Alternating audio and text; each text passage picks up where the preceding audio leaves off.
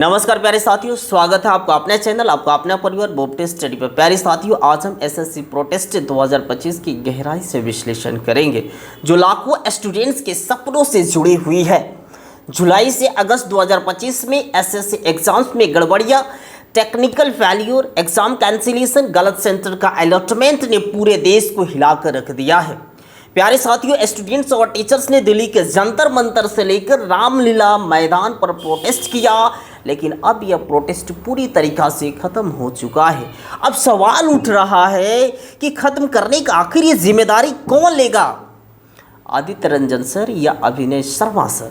आज हम इसे क्लियर करेंगे फैक्ट्स और एनालिसिस के साथ। और हाँ, अब स्टूडेंट्स को क्या करना चाहिए, चलिए इसे स्टेप बाय स्टेप समझने का प्रयास करते हैं।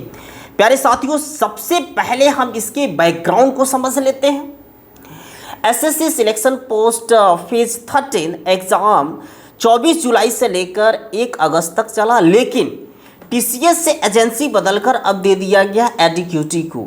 देने के बाद ये सब कुछ ही बिगड़ गया है। Biometric failure, software crash, students को गलत सेंटर्स, ये सब हुआ। प्रोटेस्ट 31 जुलाई को दिल्ली चलो के साथ शुरू हुआ, जहां स्टूडेंट्स और टीचर्स ने hashtag SSC mismanagement, hashtag SSC reforms जैसे हैशटैग से आवाज़ उठाए। प्यारे साथियों, अब आदित्य रंजन सर जो कि रैंकर्स गुरुकुल के मशहूर मैथ्स टीचर हैं, और दूसरी तरफ अभिनय शर्मा सर अभिनय मैथ्स के को फाउंडर हैं, दोनों ही इस प्रोटेस्ट के बहुत ही फेमस चेहरे रहे हैं।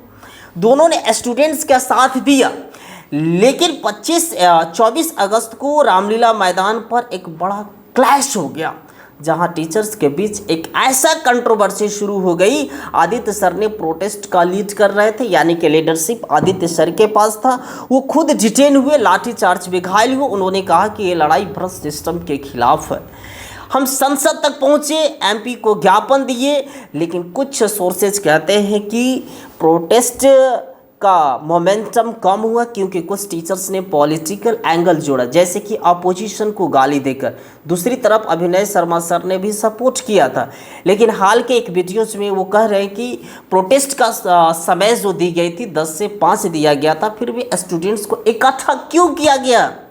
कुछ टीचर्स ने अपनी पर्सनल प्रॉफिट के लिए, यानी कि रील्स के लिए, यानी कि पब्लिसिटी गेन करने के लिए इस मूवमेंट को खराब किया। एक इंटरव्यू में उन्होंने कहा कि सरकार आयोग को बचा रही है, आयोग एजेंसी को, लेकिन मूवमेंट का हैंडल गलत तरीके से किया जा रहा है। प्यारे साथियों, अब आते हैं इसके मुख्य सवाल पर। आखिर प्रोटेस्ट खत्म करने का जिम्मेदारी कौन है? आखिर इसका जिम्मेदार कौन है? ब्लैक एंड वाइट नहीं, लेकिन फैक्ट से क्लियर करते हैं। पहला अगर देखते हैं प्यारे साथियों, प्राइमरी रिस्पॉन्सिबिलिटी अगर देखा जाए तो एसएससी डीओपीटी यानी कि department of personal and training, और एजेंसी में देखा जाए तो आपका कौन हो सकता है? एडीक्यूटी को। प्रोटेस्ट की जड़ ही इनकी मिसमैनेजमेंट है।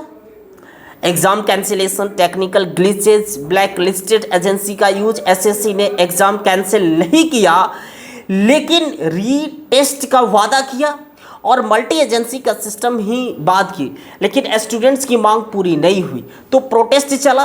पुलिस ने डिटेंशन किया, लाठीचार्ज किया, साथ ही सरकारी एक्शन ने मोमेंटम को पूरी तरीक़ा से तोड़ दिया है। प्यारे साथियों, दूसरी अगर सेकेंडरी रोल देखा जाए तो ये दो फेमस टीचर का है, एक आदित्य सर और अभिनय शर्मा सर है। जैसे टीचर्स के इंटरनल जो फाइट हो गई आपस में, दोनों ने काम तो अच्छा किया था। आदित्य सर ने लीडरशिप दिखाई, अभिनय सर ने पॉलिटिकल कनेक्शन का यूज किया, लेकिन रामलीला मैदान में क्लैश हुआ, इन दोनों के बीच एक ऐसा कंट्रोवर्सी हुआ।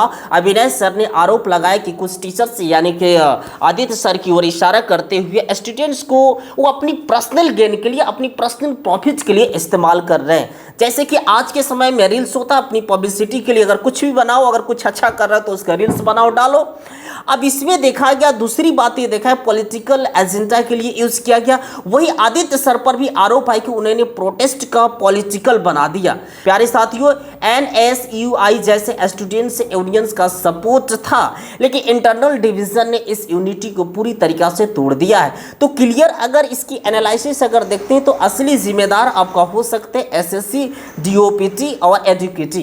एडिक्विटी है, उन्होंने प्रॉब्लम्स क्रिएट किया, लेकिन प्रोटेस्ट खत्म होने में टीचर्स की डिसयूनिटी ही बड़ी भूमिका निभाई है। अगर इन लोगों ने अपनी यूनिटी बनाई रहती तो ये प्रोटेस्ट कभी खत्म नहीं होता, स्टूडेंट्स की जो मांग थी वो पूरा जरूर होता। प्यारे साथियों, दोनों ने सपोर्ट किया, लेकिन फाइट ने मोमेंट को पूरी तरीके से कमजोर कर दिया। अगर यूनिटी रहती तो प्रोटेस्ट को और लंबा चलता। ये लेसन है पर्सनल ईगो जो होता है ना, ये लोग का अपना अपना एक ईगो था लीडरशिप के लिए। अब सवाल वही उठता है कि प्यारे साथियों अब स्टूडेंट्स क्या करें?